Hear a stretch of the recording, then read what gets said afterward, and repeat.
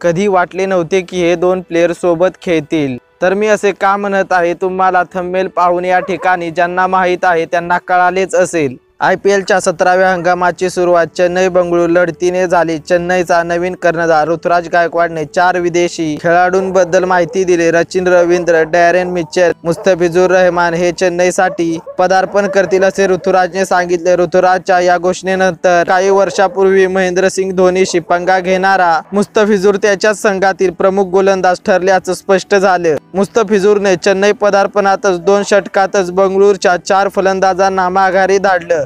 तो दिवस मुस्तफिजुर कधीच विसरणार नाही। 18 जून 2015च्या दिवशी मुस्तफिजुरला बांगलादेश कॅप देण्यात आली। कोणत्याही खेळाडूसाठी देशासाठी खेळणं अभिमानाची गोष्ट असते व त्याच मॅच मध्ये 25व्या षटकादरम्यान गोलंदाजी रन मुस्तफिजुर महेंद्रसिंग धोनीच्या वाटीत येत असल्याचं दिसलं। धोनी एकेरी धाव घेण्यासाठी प्रयत्न करत होता पण या ठिकाणी मुस्तफिजुर पुन्हा त्याच्या वाटेत आला। त्यामुळे या ठिकाणी महेंद्रसिंग धोनीने त्याला धक्का दिला। त्यामुळेच त्याला या ठिकाणी इजा सुद्धा झाली व तो या ठिकाणी मॅचच्या बाहेर सुद्धा गेला व तो 37व्या षटकात पुन्हा एकदा परतला व त्याने सुद्धा या मॅच मध्ये चांगली गोलंदाजी केली होती व या मॅच मध्ये आपल्याला महेंद्रसिंग धोनी आणि मुस्तफिजुर रहमान यांच्यातील आपल्याला वाद या ठिकाणी पाहायला मिळाला होता।